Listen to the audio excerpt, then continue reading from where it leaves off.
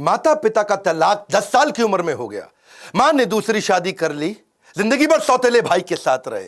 आस पड़ोस के बच्चे चिढ़ाते तंग करते रहे, अपनी खुद की गर्लफ्रेंड छोड़ के चली गई, जिंदगी भर अकेले रहना पड़ा। जब अमेरिका गए तो बर्तन धोते रह गए। नमस्कार, मैं Vivek Bindra, founder and CEO बड़ा बिजनेस.com। बॉलीवुड की कहानी नहीं है ये कोई, वापस आ चुका हूं पूरे जोश के साथ। इस बार बात करूंगा रतन टाटा पे। बहुत कमेंट्स किए थे आपने, रतन टाटा सर, रतन टाटा, रतन टाटा देश के रतन, रतन टाटा। इससे पहले भी मैंने अटल बिहारी वाजपेयी, अब्दुल कलाम, नेताजी सुभाष चंद्र बोस और बॉलीवुड पे 4 केस स्टडी दी थी। चारों का व्यूअरशिप मिलियंस में गया है। खड़ा हो चुका हूं, अब कोई वीडियो बैठ के नहीं बना रहा हूं, पूरे जोश के साथ आ चुका हूं। अगर आप थोड़े नीचे कमेंट बॉक्स में बताओ, Steve Jobs, Mark Zuckerberg, Mukesh Ambani, Sardar Patel, और अगर 5 लाख लाइक दिए ना तो मजबूरी का नाम महात्मा गांधी भी बना सकता हूं। क्यों कहते थे मजबूरी का नाम महात्मा गांधी? अब वीडियो मिस मत करिएगा, नई नई लर्निंग दे रहा हूं आपको। सही कार्य करने के लिए समय हमेशा ही सही होता है। कौन थे Ratan Tata? Industrialist, investor, philanthropist, कोई ट्रेंड पायलट, पद्मश्री, पद्म विभूषण? कौन थे?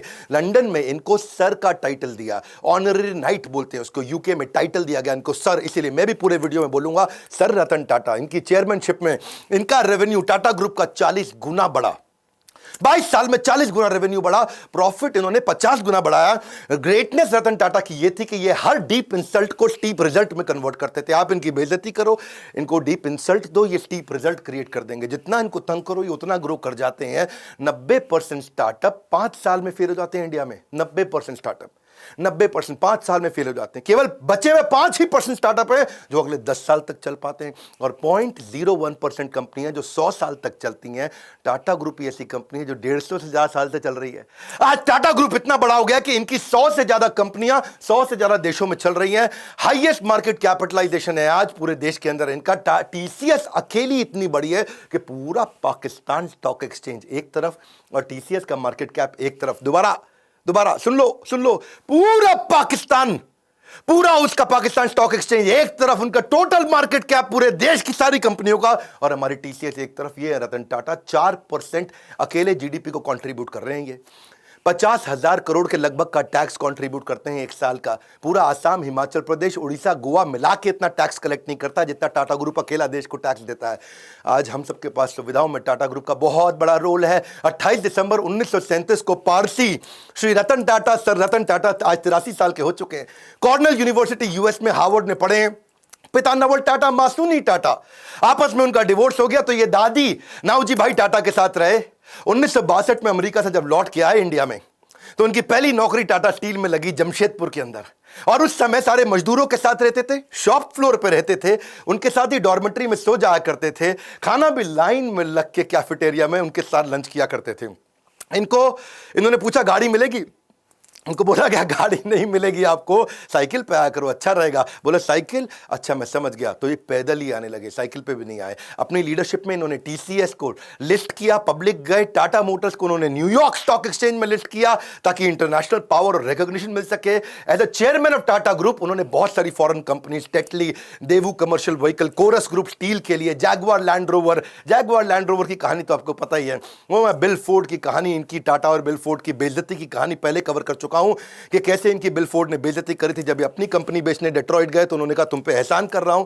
रतन टाटा ने अपनी कंपनी बेची नहीं। बाद में बिल फोर्ड इनके पास डेट्रॉइट से मुंबई आए, बोले आप हमारी कंपनी खरीद के एहसान कर रहे हैं। तब इन्होंने जैगवार लैंड रोवर ली थी। 5 स्ट्रैटेजी पहले बिजनेस की लेता हूं, फिर बताऊंगा रतन टाटा ने शादी क्यों नहीं करी और इनके 10 अनसुने किस्से, वो कहानियां जो सुन के आप बहुत इंस्पायर्ड होंगे। पहले 5 स्ट्रैटेजी। पहली स्ट्रैटेजी ऑर्गेनिक ग्रोथ लेते हैं। ऑर्गेनिक मतलब जो अपने आप मिल सके, नई मार्केट, नई टेक्नोलॉजी, नया कस्टमर, नई मार्केट, नई टेक्नोलॉजी, नया कस्टमर, ढूंढते रहो। कौन सी नई मार्केट, कौन सी नई टेक्नोलॉजी, कौन सा नया कस्टमर। दूसरी इनऑर्गेनिक ग्रोथ, जो अपने आप होएगी ठीक है, अब इनऑर्गेनिक ग्रोथ लेंगे, टेक ओवर करेंगे, एक्विजिशन करेंगे, दूसरी कंपनियां खरीदेंगे, छोटी कंपनियां खरीदेंगे, खुद को बड़ा करेंगे, जॉइंट वेंचर करेंगे, पार्टनरशिप्स करेंगे, स्ट्रैटेजिक अलायंस करेंगे। तीसरी स्ट्रैटेजी, जो धंधा अच्छा नहीं है उसमें से एग्जिट कर लो। Cosmetic, paint, oil, soap, pharma, cement, ये 6 कंपनियां इनकी चली नहीं, उनसे एग्जिट कर गए, बाहर निकल जाओ, कोई अटैचमेंट नहीं, धंधे को धंधे की तरह चलाना है। चौथी स्ट्रैटेजी, एंटर करो उसमें जो चलेगा। रिटेल, टेलीकॉम, बायोटेक्नोलॉजी और टेक्नोलॉजी इनका बहुत अच्छा चलता रहा, उसमें एंटर करके उसको बड़ा करते गए। और इनकी फाइनली 5वीं स्ट्रैटेजी क्या थी कि कोर बिजनेस को पकड़ के रखो। स्टील, मोटर, केमिकल और पावर, ये इनके कोर बिजनेस थे। अब लेते हैं 10 वो कहानियां। 10 में से पहली कहानी बहुत लोगों के मन में है, रतन टाटा जी ने शादी करी क्यों नहीं। एक बार आया था मौका, वो शादी के बहुत नजदीक पहुंच गए थे, लॉस एंजलिस में उनको वहां एक अमेरिकन देवी से बहुत प्रेम हो गया था। वो देवी जी को भी रतन टाटा से बहुत प्रेम हो गया था और वो अमेरिकन देवी के साथ इतना प्रेम हो गया कि इन्होंने डिसाइड कर लिया अब शादी करें। इतने में टाटा जी को फोन आया इंडिया से, अरे बेटा रतन मैं बीमार हूं। उनकी दादी का फोन आया, इंडिया मुझसे मिलने आ जाओ, मेरा आखिरी समय। रतन टाटा को जाना पड़ा क्योंकि उन्होंने सारी जिंदगी दादी के साथ ही तो बताई थी। तो उन्होंने देवी जी को बोला कि चलो चलते हैं अब इंडिया में शादी करेंगे हम लोग और दादी से भी आपको मिलवाऊंगा। तो वहां बेटी को रुकना पड़ गया क्योंकि उसके माता पिता ने बोला इंडिया में इंडो चाइना का वॉर चल रहा है, 1962 का समय था, इंडो चाइना वॉर चल रहा था। उन्होंने कहा अभी इंडिया जाना ठीक नहीं है। ये इंडिया गए, सोचा अब वो देवी जी आने वाली हैं। उधर उसके माता पिता ने उसकी शादी किसी और से करा दी और रतन टाटा को सुन के बहुत धक्का लगा क्योंकि वो वचन दे चुके थे। रतन टाटा ने अपने कई इंटरव्यूज में ये बात बोली कि जो मैं बोलता हूं उसे पूरा करता हूं, मेरे मुंह से ऐसे शब्द नहीं बोलता मैं। I tend to not say things loosely. I try to live up to whatever I've said, the commitments I've made. क्योंकि इन्होंने उस लड़की को वचन दिया था कि मैं शादी तुमसे करूंगा, अब उसने किसी और से कर ली तो रतन टाटा ने जिंदगी भर दोबारा शादी नहीं करी, अकेले रहे, लोनर रहे। See it is not easy to be loyal to someone who is not loyal to you. वो लड़की इनको लॉयल नहीं थी रतन टाटा को, तो भी बावजूद उसके कि कोई अपनी लॉयल्टी ना दिखाए तब भी जिंदगी भर लॉयल रहे। आज तक उसकी याद में उन्होंने दोबारा शादी नहीं करी। लॉयल्टी जो है ना वो ग्रे नहीं होती है, या तो ब्लैक है या वाइट है, लॉयल्टी बीच में नहीं होती, या ब्लैक है या वाइट है। जिंदगी भर रतन टाटा ने शादी नहीं करी। लेकिन अब मैं आपको बात करता हूं दूसरी कहानी का किस्सा। एक बार ये नासिक की तरफ जा रहे थे मुंबई से, कई सीनियर ऑफिशियल्स थे, गाड़ी में जा रहे थे और रास्ते में इनकी गाड़ी का टायर पंचर हो गया। और टायर पंचर हो गया तो सब अपना गाड़ी से उतरे, अपना कैजुअल थे, वहां पे इधर उधर घूम रहे थे, कोई अपना चाय पी रहा था टपरी पे, कोई अपना सुट्टा मार रहा था। तो सब तरह कैजुअल हो गए, इधर उधर घूम रहे थे और तभी देखा कहीं रतन टाटा नहीं दिख रहे, रतन टाटा नहीं दिख रहे। अरे भाई कहां गए रतन टाटा, कहां गए रतन टाटा? चाय पी रहे हैं, अरे कहीं कहीं वॉशरूम गए हैं। तो रतन टाटा अचानक लोगों ने देखा कि अपनी स्लीव्स ऊपर करके और अपने टाई को कंधे पे ऐसा पीछे टांग करके, उसके बाद जो है जैक और पाने को हाथ में पकड़ के दूसरे टायर का प्रेशर चेक कर रहे, उसके साथ पंचर लगवा रहे। तो लोगों ने आके पूछा भाई आप रतन टाटा हैं, आप काहे पंचर लगा रहे भैया? वो उसका काम है पंचर लगाने का। तो बोले देखो अगर इसको 15 मिनट लगते हैं पंचर लगाने में, मेरी मदद से 7.5 मिनट में कर लेगा तो जहां मीटिंग में पहुंचना वहां 7.5 मिनट ज्यादा मिल जाएगा मुझको। अगर मैं टाइम लूज कर जाऊंगा, loss of time is loss of money. प्रश्न ये उठता है कि आपने कब अपने से नीचे के स्तर पे जाकर के जिंदगी में कोई काम किया है? आखिरी बार कब किया था आपने? कब आपने अपने स्तर से नीचे उतर करके दूसरों की मदद करी थी? रतन टाटा जिंदगी भर सिखाते रहे leadership is not position, it is action. ये पोजिशनल पावर नहीं, पर्सनल पावर है। मुंबई का 26/11 का ताज अटैक, और वो अटैक जिसमें वो जानते हैं, सारी दुनिया जानती है कि उन्होंने सबकी मदद करी।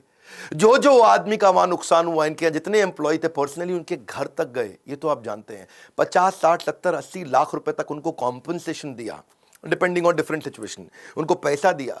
इतना ही नहीं, सबको जिंदगी भर के लिए एक मेडिकल काउंसलर भी दिया। किसी को साइकोलॉजिकल डिप्रेशन हुआ, कोई टेंशन हुआ क्योंकि इतनी गोलियां बमबारी हुई थी वहां, जिंदगी भर के लिए उनको डॉक्टर भी दिया।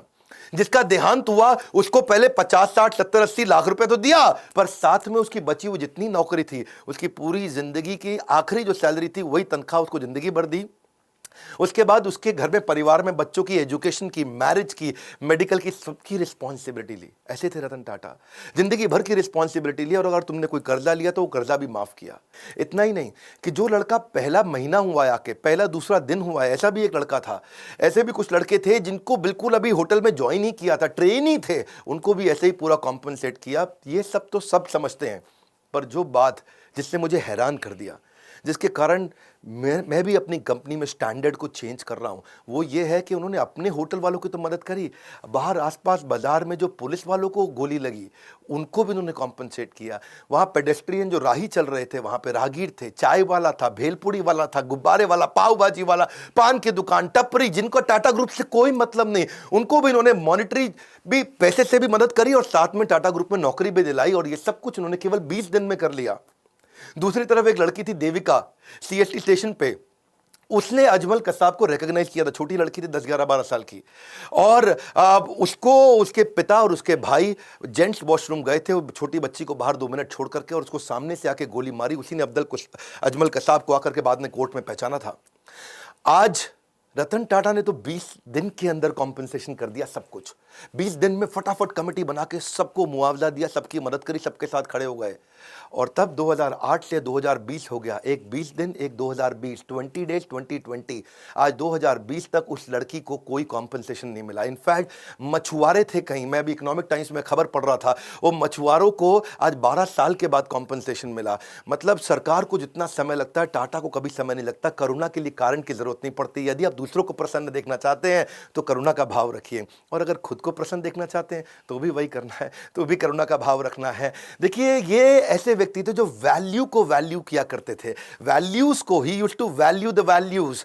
चौथी कहानी, हार्वर्ड के अंदर अब सब लोग सोचने लगे कि भाई हम क्राइसिस मैनेजमेंट सिखाते हैं, 26/11 में सबसे बड़ा क्राइसिस था, और तब वहां के प्रोफेसर ने सोचा कि भाई हम केस स्टडी सिखाते हैं क्राइसिस मैनेजमेंट की।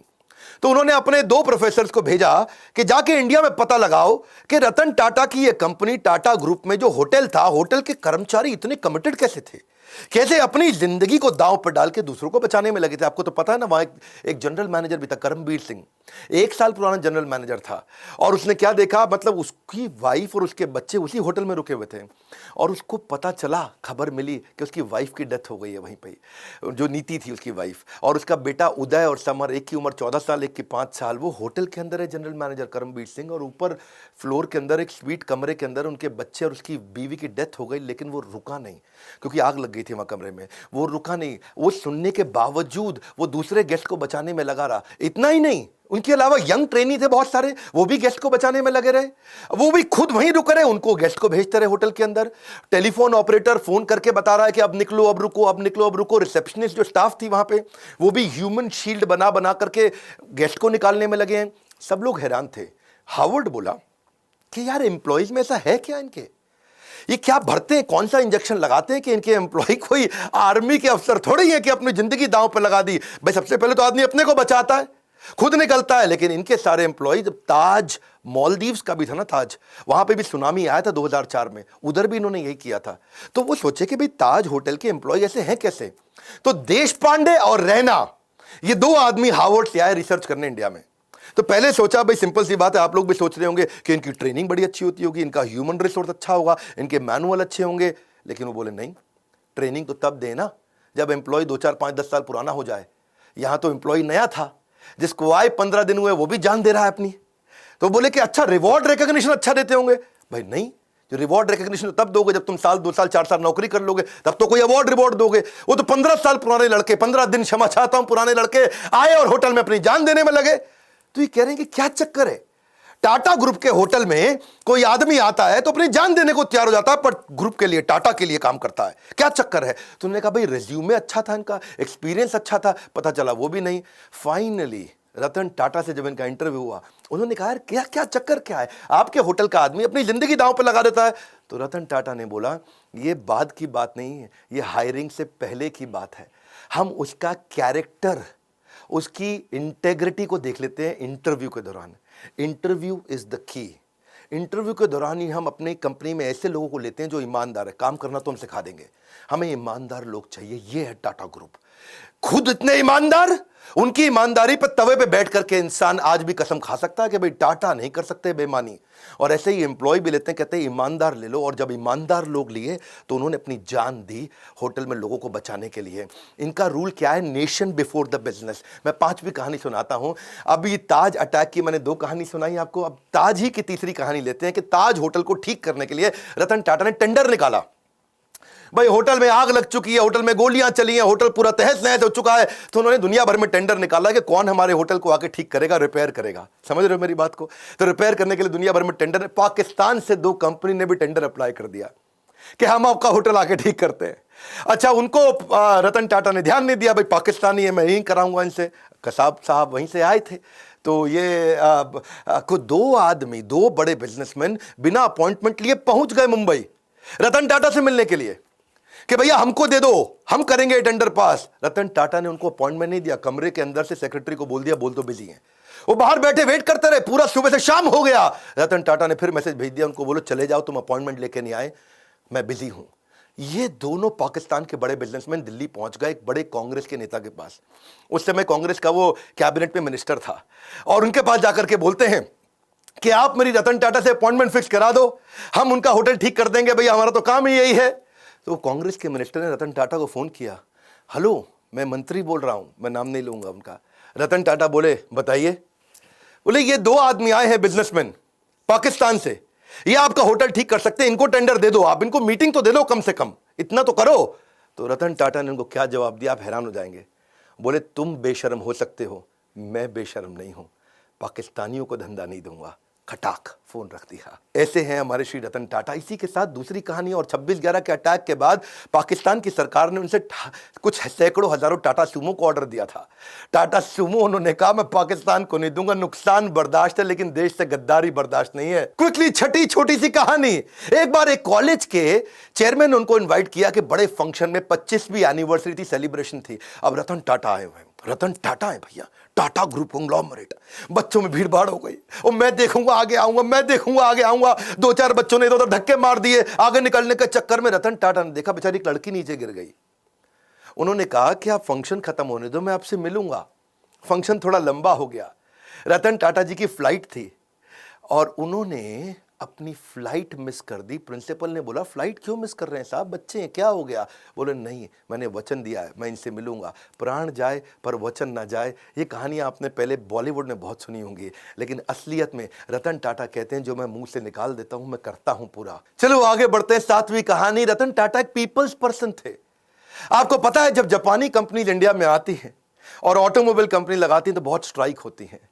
सुजुकी, मारुति, उनके यहां भी बहुत स्ट्राइक हुई, होंडा के यहां हुई, या कोई भी जापानीज कंपनी होती है, क्योंकि मैनेजमेंट और लेबर यूनियन का आपस में झगड़ा चलता है। लेकिन एक दफा टाटा मोटर्स में भी हुआ, मैनेजमेंट और लेबर का झगड़ा हो गया।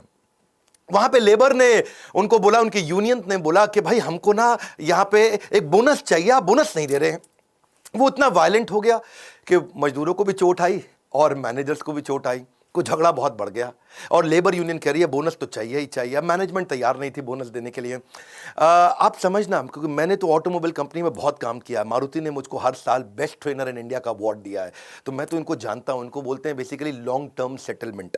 लॉन्ग टर्म सेटलमेंट होता है 4 साल का, जिसमें तय किया जाता है कितना बोनस दिया जाएगा। और मैनेजमेंट तय कर चुका था, पर रतन टाटा आए, उन्होंने आके कहा कि मैं लेबर से सबसे मिलता हूं, और यूनियन से मिले। वहां उनके बीच में जाकर के जमीन पे बैठ गए और उनके साथ बैठ करके बोले कि आप ठीक कह रहे हैं, बोनस तो मिलना चाहिए, आपने खून पसीना बहाया है। जाके मैनेजमेंट को समझाने लगे रतन टाटा कि भाई इनको बोनस दो।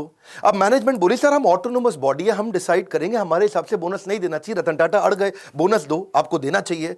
मैनेजमेंट बोली आप जबरदस्ती करेंगे तो हम दे देंगे, लेकिन इनको देना बनता नहीं है। रतन टाटा बोले देखो मेरी रिक्वेस्ट है, इनको बोनस दो। अब वहां सारे मजदूर देख रहे हैं, पहली बार भी रतन टाटा खुद आए आके मैनेजमेंट से लड़ रहे हैं। ऐसा साइकोलॉजिकल टर्न अराउंड हुआ कि उसके बाद खुद ही सारे की सारी लेबर यूनियन ने आकर के बोल दिया कि अब हमको बोनस नहीं चाहिए, रतन टाटा आकर के हमसे लड़े, इतना ही काफ़ी है। 8वीं क्विकली कहानी, रिवॉर्ड द फेलियर।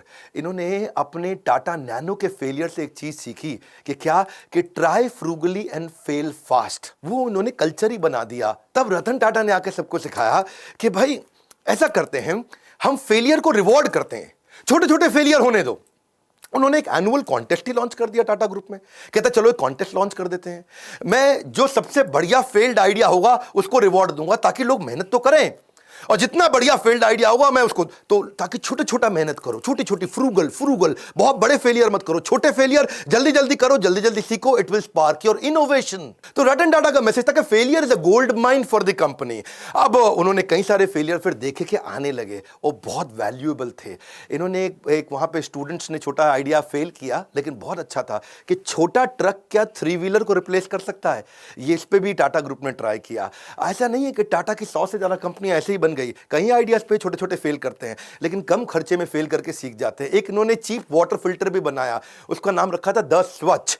उसमें राइस हस्क होता है ना, चावल का भूसा, उसी से बनाने का प्रयास किया। एक प्रोटोटाइप भी बनाया $500 के अंदर। कितना? $500 में, यानी कि लगभग 30-40 हजार रुपए के अंदर क्या एक मकान को खरीदा जा सकता है दुकान से। किसी दुकान पे जाओ, मकान खरीद के ले आओ। क्या? हाँ, 40,000 रुपए का मकान खरीदो तो डिसमेंटल करके मकान को जाकर के वापस फिट कर दें, ऐसा छोटा सा मकान बना सकें, उस पर भी इन्होंने काम किया। $20 के अंदर कमर्शियल ट्रैवलर्स को क्या रास्ते के अंदर अकोमोडेशन दिया जा सकता है, जो ड्राइवर वगैरह बेचारे कमर्शियल ट्रैवलर होते हैं। From error to error one discovers the entire truth. यही था रतन टाटा का फिलॉसफी के छोटे छोटे छोटे फेलियर करो, सीखो, तभी कंपनी आगे बढ़ेगी और इनोवेशन आएगा। नौवीं कहानी फिलैंथ्रोपी, ये तो उनका नाम ही है। फिलैंथ्रोपी मतलब दान देना, सेवा करना है जी।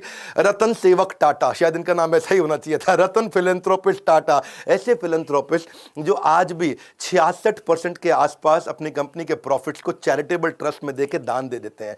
हेल्थ के ऊपर, न्यूट्रिशन पे, एजुकेशन पे, वाटर के कंजर्वेशन पे, डिजिटल ट्रांसफॉर्मेशन पे, गरीबों को स्किल डेवलपमेंट के ऊपर, डिजास्टर रिलीफ में, चाहे वो कोरोना हो या उससे पहले का डिजास्टर हो, कहीं बाढ़ आई हो, या फिर स्पोर्ट्स को बढ़ाने में, या बच्चों को स्कॉलरशिप देने में। देखो कॉर्नेल यूनिवर्सिटी तक चले गए, वहां भी उनको बोला कि अगर इंडियन बच्चे आएंगे, काबिल हुए, तो उनको फाइनेंशियल एड दे दो। वहां जाके कॉर्नेल यूनिवर्सिटी का पैसा दिया है, वहां से खुद पढ़ाई किया था। 100 करोड़ रुपए के आसपास तो उन्होंने आईआईटी बॉम्बे में दे दी कि Tata centre of technology design यहां बना दो।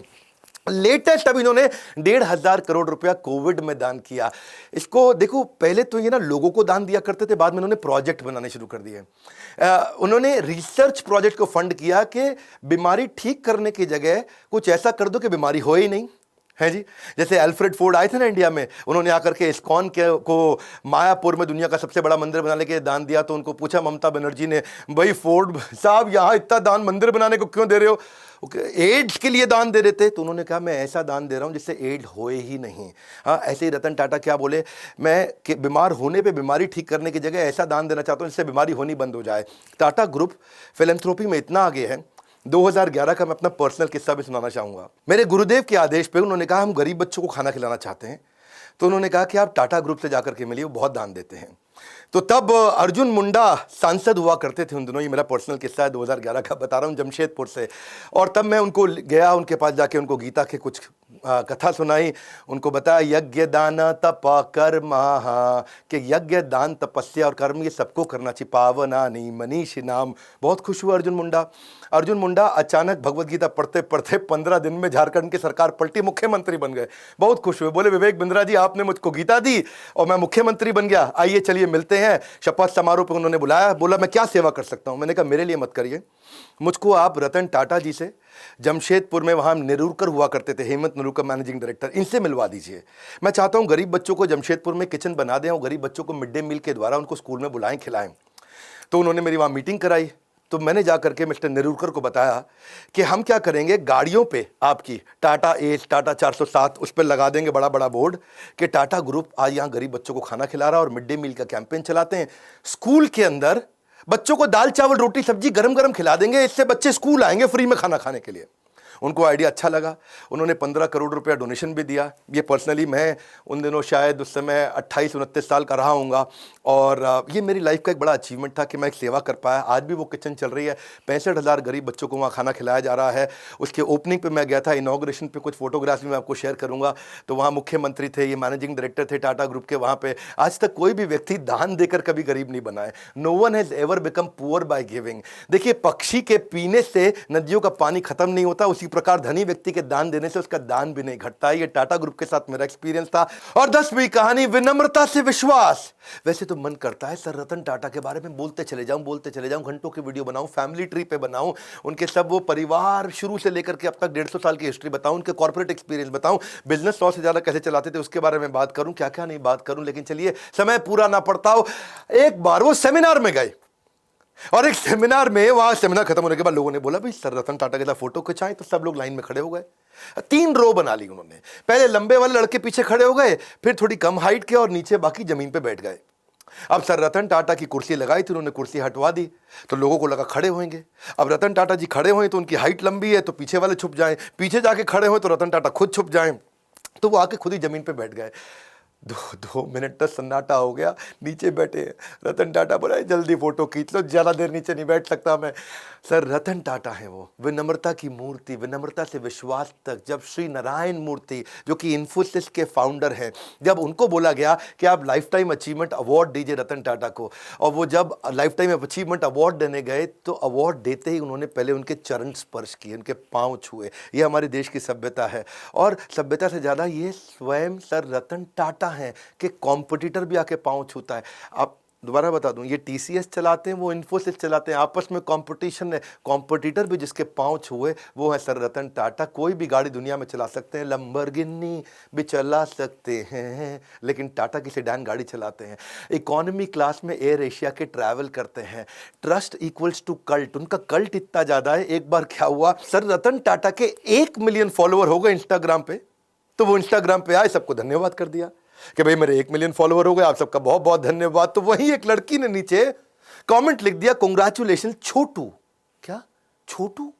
अब लोग बुरा मान गए, छोटू कह रही है, ये देख तो ले कौन रतन टाटा है वो, छोटू बोल। उसने सोचा 1 मिलियन मतलब छोटू जैसा ही है, और लोगों ने इतना हेट स्पीच लिखा, इतना बुरा किया, ये देख तो ले, देख रतन टाटा है वो, देख देख। और वो बेचारे फिर रतन टाटा आ गए बीच में, और उन्होंने आकर के लिख दिया नीचे, उन्होंने लड़की को पहले बुरा भला तो बोला नहीं, लेकिन उल्टा आकर के लिख दिया लड़की से कि मैं आपसे माफ़ी मांगता हूं, आपके बारे में लोग इतना बुरा भला बोल रहे हैं। और लोगों को बोला please treat this young lady with respect. लोगों ने बोला ओए देख ले, और देख ले, ये रतन टाटा, और गुस्सा खा गए लोग। भाई रतन टाटा के मामले में लोग बिल्कुल नहीं सुनते हैं। और फिर बेचारी लड़की ने भी आकर के अपने कॉमेंट को डिलीट किया। ऐसे है सर रतन टाटा, ट्रस्ट का दूसरा नाम है।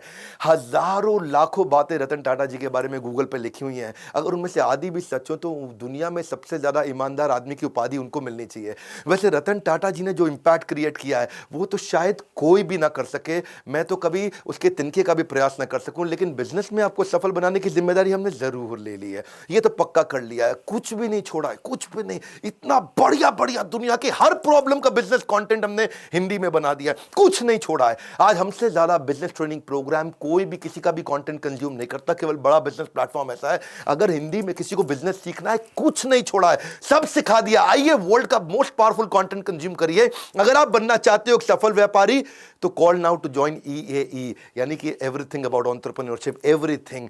वैसे एक बात है, रतन टाटा एक ऐसे रत्न है जिन्हें भारत रत्न भी पूर्ण रूप से परिभाषित नहीं कर सकता, लेकिन उनको फिर भी उनके सम्मान के लिए भारत रत्न जरूर दिया जाना चाहिए, उनके जीते जी तो जरूर दिया जाना चाहिए। अगर वास्तव में कोई भारत रत्न का अधिकार रखता है तो वो हमारे देश के असली रत्न है, रतन टाटा। जीते जी उनको सम्मान देना चाहिए। आज वो 83 साल के हैं। जवाहरलाल नेहरू जी ने, मैं उनके खिलाफ नहीं हूं, लेकिन उन्होंने अपने रहते खुद को ही नॉमिनेट कराया था, भारत रत्न दिया था। इंदिरा गांधी जब प्राइम मिनिस्टर थी तो खुद को भारत रत्न उनको दिया गया था। आज अपने प्रधानमंत्री से हम प्रार्थना कर सकते हैं, आज हमारे को कैंपेन चलाना चाहिए। और कैंपेन क्या? Hashtag Bharat Ratna for Ratan Tata. Spelling जरा चेक कर लेना। ये हैशटैग कैंपेन आपको मेरे साथ चलाना, ये मेरा रिक्वेस्ट है आपको। अगर आप मेरे साथ हैशटैग कैंपेन चलाते हैं, मैं आपको अपनी तरफ से क्या सपोर्ट कर सकता हूं, मैं अपनी तरफ से फ्री कोर्स दे देता हूं आपको। हमारे एवरीथिंग अबाउट एंटरप्रेन्योरशिप को खरीदो मत, आप आओ ट्विटर पे, ऐसा करो हैशटैग भारत रत्न, रत्न में RATNA और फॉर रतन RATAN टाटा, ऐसा करके हैशटैग चलाइए। नीचे लिख दीजिएगा request by doctor Vivek Bindra. ये 2 हैशटैग कर लीजिए ताकि हम आपको ट्रैक कर लें। अगर आपका थोड़ा सा भी रीट्वीट, लाइक और कमेंट अच्छा हुआ, इसका स्क्रीनशॉट मुझे व्हाट्सएप कर दीजिए। ये मेरा नंबर है 9810544443। बस अगर आपका 100 से ज्यादा का एंगेजमेंट आ गया, 100 से ज्यादा रीट्वीट आ गए, लाइक आ गए, कमेंट आ गए, अपना स्क्रीनशॉट मुझको फटाफट से भेज दीजिए।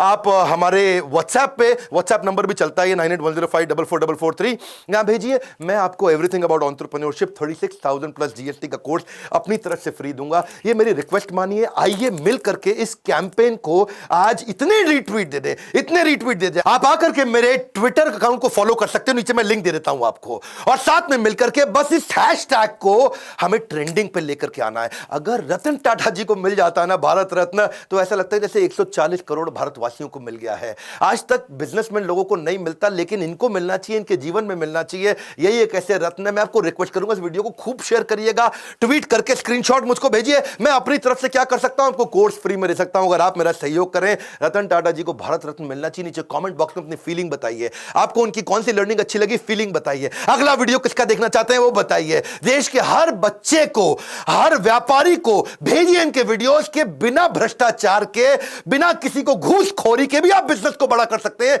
जैसे रतन टाटा जी ने खुद करके दिखाया। इस वीडियो को जरूर शेयर करिएगा। लाइक किया अगर आपने तो बहुत उत्साह बढ़ता है। बहुत मुश्किल होता है ऐसे वीडियोस बनाना। हमारे साथ जुड़े रहने के लिए, मेरी इस मुहिम में आकर के हैशटैग भारत रत्न फॉर रतन टाटा को ज्वाइन करने के लिए आप सबका हृदय की गहराइयों के साथ प्रेम पूर्वक मुस्कुराहट से बहुत बहुत धन्यवाद।